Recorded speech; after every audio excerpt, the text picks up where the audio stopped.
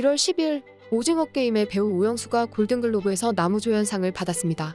78년 만에 작년 유녀전까지 외면한 이 시상식에서 한국인 배우가 수상했다는 걸 전 세계가 놀라워하고 있습니다.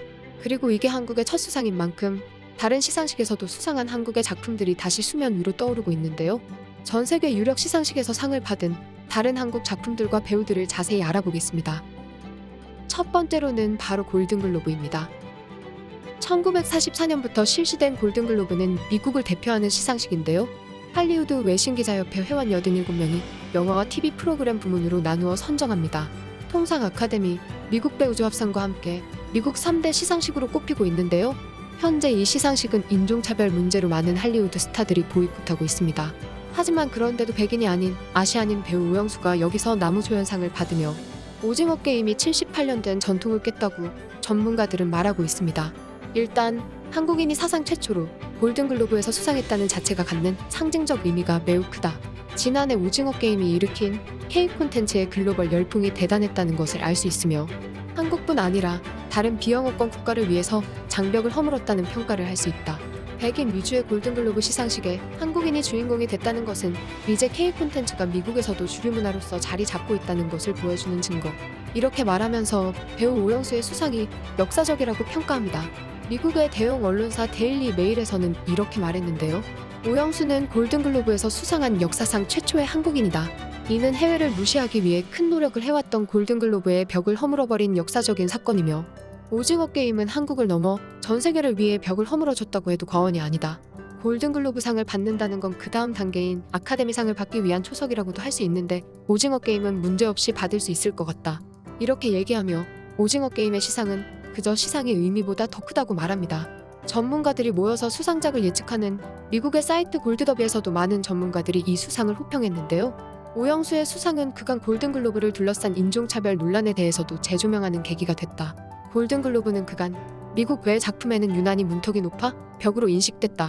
아카데미 작품상 등을 휩쓴 봉준호 감독의 기생충이나 정의삭 감독의 미나리를 주요 부문에는 올리지 않고 외국어 영화상 후보로만 다룬 것이 대표적. 지난해 아카데미 여우조연상을 받은 윤여정은 후보에게도 오르지 못하며 인종차별 논란이 확산됐다.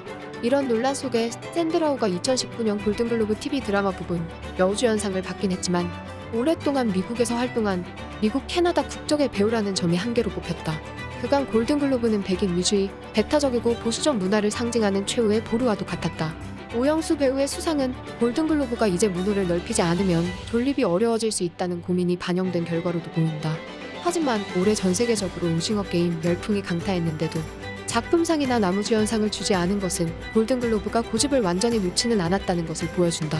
이렇게 말하며 수상의 벽은 넘었지만 아직 넘어야 할 벽이 남아있다고 평가합니다. 두 번째는 바로 아카데미상입니다. 아카데미상은 미국의 가장 권위 있는 영화 시상식인데요. 2020년 기생충이 사관왕을 달성하면서 영화계의 역사를 세웠습니다. 영국의 대형 언론사 BBC는 이렇게 평가하는데요. 그날은 역사적인 날이었다. 아카데미 시상식 92년 역사에서 외국어 영화가 작품상을 받은 건 기생충이 최초이다. 봉준호 감독 전 세계에서 한국의 문을 열었다. 이 승리는 물론 한국의 것이지만 한국의 것만이 아니다. 한국은 전 세계를 대표하며 다른 영화가 아닌 작품도 시상식에서 최우수상을 수상할 수 있다는 걸 보여주었고 이는 곧 오징어 게임 등 많은 작품이 시상식에서 주연이 될 수 있도록 만들었다. 아시아와 비영어권 전체를 위해 문을 연 한국은 정말 대단하다는 말 말고는 할 수 있는 말이 없다. 기생충이 아카데미상을 필요로 하는 것보다 아카데미상이 기생충이 필요했다. 이렇게 말하며 당시 기생충이 영화계의 활력을 불어넣어줬다고 평가합니다. 이렇게 역사적으로 많은 자취를 남긴 명작인 만큼 그 뒷 이야기들도 재미있는 말들이 많은데요. 봉준호 감독은 미국의 제작자 길드에서 한 인터뷰에서 이렇게 말하기도 했습니다. 원래 침수되는 장면을 촬영할 때 바다 같은 물이 많은 곳을 연출하는 세트장을 이용했다. 90%로의 기생충의 장면들은 다 세트에서 촬영한 것이다. 극중 반지하 집이 침수될 때 물이 더러워 보여야 해서 색깔을 위해 얼굴에 쓰는 머드팩을 섞었다. 그 침수 물은 엄청나게 피부에 좋은 물이었다. 그래서 배우들뿐만이 아니라 우리 제작진들도 그 물에서 수영했다. 이렇게 말하면서 그 침수 장면의 비밀을 밝히기도 했습니다.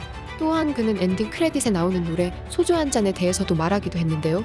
사람이 온갖 감정을 느끼게 될 때면 혼자 소주 한 잔하고 싶다는 생각이 들기 마련인데 영화의 마지막 기후의 감정을 담은 이 노래를 들으며 만감이 교차하는 영화의 여운을 이어나갔으면 한다. 너무 우울하고 비관적으로 영화가 끝나서 관객이 나가면서 약간이나마 숨을 쉴 수 있었으면 했다. 그래서 밝은 분위기에 노래를 넣었다. 하지만 칸 영화제에서는 기립박수 때문에 크레딧이 끊겨서 못 들었다. 이 노래는 아카데미 주제가상 후보에 들어가서 이 노래를 불렀던 최우식 배우가 시상식에서 이 노래를 부를 뻔했다. 하지만 다행히도 탈락해서 그럴 일은 없었다. 이렇게 말하며 주제가에 대한 노래의 재미있는 일화도 밝혔습니다. 세 번째는 영국 영화 텔레비전 예술 아카데미상입니다. 이 시상식은 미국의 아카데미 시상식이 있다면 영국에는 BAFTA가 있다. 라는 말이 있을 정도로 영미권의 권위 있는 수상식 중 하나입니다. 이곳에서 수상한 작품은 바로 박찬욱 감독의 아가씨인데요. 이 영화는 한국 영화 사상 최초로 외국어 영화상을 수상하는 쾌거를 이루었습니다. 영국의 대형 언론사 BBC에서는 2018년에 이 영화를 이렇게 평가했는데요. 박찬욱의 이 아름다운 영화는 매우 잘 만들어진 복수극이다. 한국의 역사를 매우 잘 보여주고 있음에도 적절하게 어우러진 폭력성과 아름다움을 섞는다. 이 영화의 뛰어남은 우리가 한국의 역사를 알지 못해도 어느 정도 이해는 할 수 있게 잘 설명해주며 우리가 좋게 평가를 하는 이유는 당연하다. 한국의 작품들은 이제 곧 세계를 지배할 준비가 된 듯하다. 더 많은 한국의 작품들을 기대한다. 이렇게 얘기하며 2018년에 이미 한국의 성공을 예견했습니다. 이 영화는 외국과 한국의 공개명이 달라서 화제가 되기도 했는데요. 영화의 한국 제목은 아가씨이지만 영재는 하녀입니다. 이는 감독의 의도된 부분으로 두 여주인공이 대등하다는 인식을 주기 위해서 만들었다고 합니다. 포스터에도 많은 비밀이 숨겨져 있는데요. 장갑을 끼고 있는 상류층 히데코, 이모부, 장갑을 끼지 않은 하루츠스키, 백작. 히데코와 수키를 억압하듯 머리를 잡고 있는 이모부와 백작, 유일하게 서로의 손을 맞잡고 있는 히데코와 수키. 이렇게 4개의 포스터에서 서로의 관계를 완벽하게 묘사했습니다. 영화 내에서도 재미있는 일화가 소개되기도 했는데요. 하정우가 복숭아를 먹는 코믹한 장면에서 초반 테이크에선 과즙이 만족스럽지 못하게 표현되었는데 하정우가 복숭아를 주물러 과즙이 폭발하게 했다. 이에 우리는 감탄하며 폭소를 터뜨렸다.